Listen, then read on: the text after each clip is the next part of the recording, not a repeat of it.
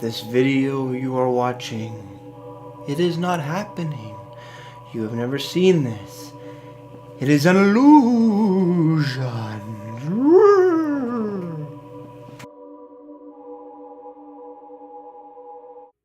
Beer, beer, beer, beer, beer, beer, beer. Hello everybody, welcome back to me, Mate Brewski, for another Rooski Brewski review. And today the beer I have for you is by the Flying Monkey Brewery. Flying Monkey's Craft Brewery. Duh. Coming out of Barrie, Ontario, and this is their Hoptical Illusion Almost Pale Ale. Coming in at 5% alcohol by volume. And any IBUs listed on the can. There's a lot going on, it's really hard to see. I don't see it. I see a taste-o-meter and a malt and hoppy meter, but I don't see IBUs. They're hiding on me, but that's okay. There's no issue with that because we do have their website. If it will work, come on, let's go. And on their website here, it is showing it coming in at 32 IBUs. So very nice, as Flying Monkeys does. They're very crazy looking can, green, blue, brown, yellow, purple, orange, all the colors, very nice. Looking, it's showing a bunch of stuff, a lot of words on here. I can't read them all because that's gonna be a long video. Experience the mystery of optical illusions. The last goal he ever scored. Whoa, the Leafs in the cup. Gordy said the Leafs in the cups. Oh yeah. But there's a lot going on here. You can read it for yourself. It's very fine print, but it is legible. It's just a lot going on. Very, very unique. So let's crack it open. See what we got. Now a little. Oh, that just kind of popped everywhere. That's okay. No big deal. Fun fact about this beer. This is the first craft beer I ever tried. I'm gonna pour that much. Oh my god, what happened? There's a lot of head on there. It's a very deep, almost like deep orange, almost sort of like ruby reddish color, slightly brown. Very nice looking beer. Huge, massive head on that pour. Yeah, sorry, what I was getting at. We're pouring into my Flying Monkeys pint glass because, yes, we like to be matchy-matchy sometimes here on the Rooski channel. But, yeah, my story. This is the first craft beer I ever had, I'm pretty sure. Yeah, I was... How old was I? I was a bit younger, but I was with my family, or I was at a party with family. And this is the beer that I picked up because the can, well, it was in bottles at the time. It looks amazing, right? And for a teenager, you're thinking, oh, wow, that looks cool, I want it. So I bought it, and I remember I really enjoyed it. This was many years ago, and yeah, it's definitely my first craft beer that I ever had, and I really enjoyed the beer. I got nice and drunk. So cheers to that, right? Let's have a smell of this beer. It smells grapefruit, pine, slightly caramel for the maltiness. It is a much darker, almost pale ale. A little bit of earthy notes coming through as well. Very nice. It's hard to smell sometimes through the massive head. Plus this glass doesn't really you can't really get a ton of smell unless you pour it right to the top, and I don't want to because the review would be longer because I don't want to chug beer. I like to enjoy the flavors and give you a nice comprehensive review. But yeah, slightly earthy, definitely sweet malt, some caramel, but then also the touch of grapefruit and pine like other pale ales. Very nice smelling. Let's have a sip.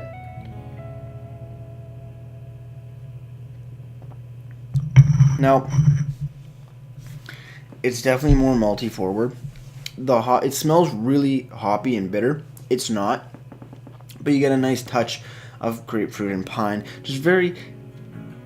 It's there, but it's a nice touch. I wouldn't say it's dull. I would say it's a nice touch, going into a very more earthy, sort of semi-sweet malt caramel sort of stuff going on. It's a good balance, kind of a interesting balance between malty and hoppy, but it is quite delicious and it goes down perfectly smooth.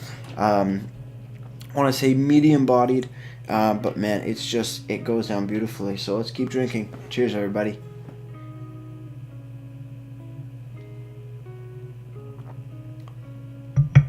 It's great. It's damn good. There's a lot going on in the sense that it sort of intermingles with different styles of beer. It's like partly like a probably like a brown ale in a sense, but also with a pale ale, but also with even like a red ale, something like that going on. It's like a lager. There's a lot going on, but it works really well and gives you some nice distinct flavors of all sort of styles from what I'm tasting at least. Definitely sessionable. They do come in 6-packs, I'm pretty sure, in bottles, and it's a great beer to bring out wherever you want to go and not have something super intense if somebody wants to try it. It's a great start to craft beer, and that's why I think young me really enjoyed this beer.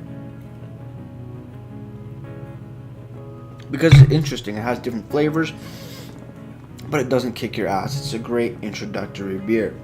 So let's see what the can has to say. They're very, very busy, but very it's a well done can. They always have very busy, outlandish can designs, but everything works really well. You know, you don't get lost, you don't get confused with what's going on. It's just layers. You're sort of peeling back layers with your eyes to see what it has in the can. We'll start with the description. Normal is weird. Under the creamy head of mustache-making foam and glinting in the colorful whisks of copper twilight, that's the color I'm looking for, copper, winks of copper twilight, the sturdy body of the sweet, bready malts shimmer with hints of an award-winning British India Pale Ale. Then we dry hopped the heck out of it with citrusy Amarillo and Cascade hops to call it our own. Immerse yourself in the dizzying experience of Hoptical illusion. And I am. They're located in Brewery. I love how they do their address. 107 Dunlop Street, Barrie, Ontario, Canada, Earth, Milky Way, the universe, infinity. So in case you're not sure where to send letters, you can definitely use their address code here. I wonder if that'll get past Canada Post. Probably, but I think they'd have a laugh. They also do have a taste-o-meter and a colorometer. They don't say colorometer, but I'm giving it that designation. So it's a 3.5 on the colorometer and about 3/4 of the way up to hoppy on the taste-o-meter. Very, very nice. I love their cans. I love their can design. Very trippy, but just so nice.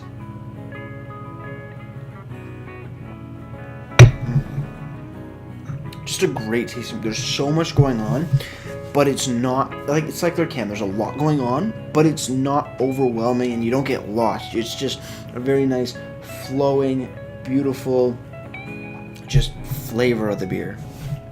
Moving over now to the website flyingmonkeys.ca. I like also the websites always start at the bottom and you have to scroll up. It's definitely a character aspect to their brewery. Package availability: 473 cans like this, 6-packs of bottles, also 2/4 of bottles, 30-liter kegs, and 58.6-liter kegs, all from the LCBO and beer stores, and also the brewery. Inside the recipe: 5% alcohol by volume, original gravity of 1.048, 32 IBUs, 12 SRM. The malts that they've used are Mutton's Crystal 150, Mutton's Roast Barley, and 2-row Pale. The hops are Amarillo and Cascade. The late hops are Amarillo and also Cascade. And drying hops is Cascade to boot. Serve with. Perfect for North Americans' favorite fried or rich foods, seafood, classic fish and chips, poultry like duck or turkey, and grilled sizzling steaks. Taste. The citrusy, hoppy front of this beer is quickly followed with the lingering notes of honey and bready malts. Honey instead of caramel. Okay, I'm getting caramel, but that's cool. The fruity finish hints with sticky pine sap, but the grapefruit grains ground toward the end of each full flavored sip. Style. Our cheeky riff on the American Pale Ale is to brew with a bedrock of British crystal malts and then dry hop the bejesus out of the beer with a big mess of citrusy Amarillo and Cascade hops. A pleasant illusion is better than a bitter reality. Damn straight. Illusions twist the expected into the unusual. Hoptical Illusions unveil mesmerizing versions of craft beer glory with its beautiful dry hopping with grapefruity Amarillo hops.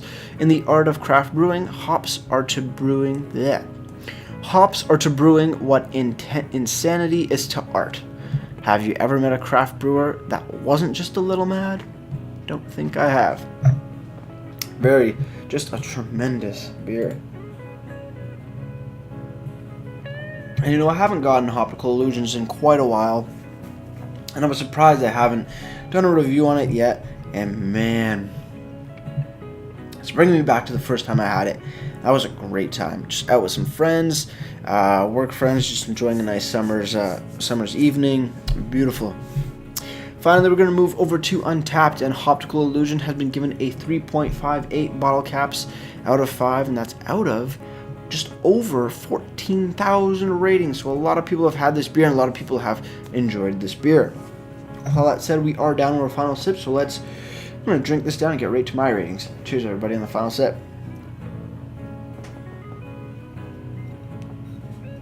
Gotta say, beautiful lacing on the glass, just nice head retention around this area here. Very thick, very thick. With that said, rating for Hoptical Illusion.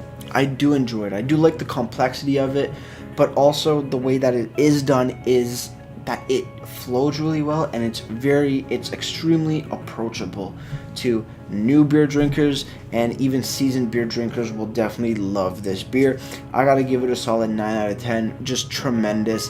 Very happy I picked up a can again, and enjoyed just the beautiful flavors this has to offer. So 9 out of 10 for the beer. Presentation, forgot to mention, brewed on date, yes there it is, it's kind of snuck in here. This was brewed on February 15th 2018, so it's a little bit older, but still not bad at all.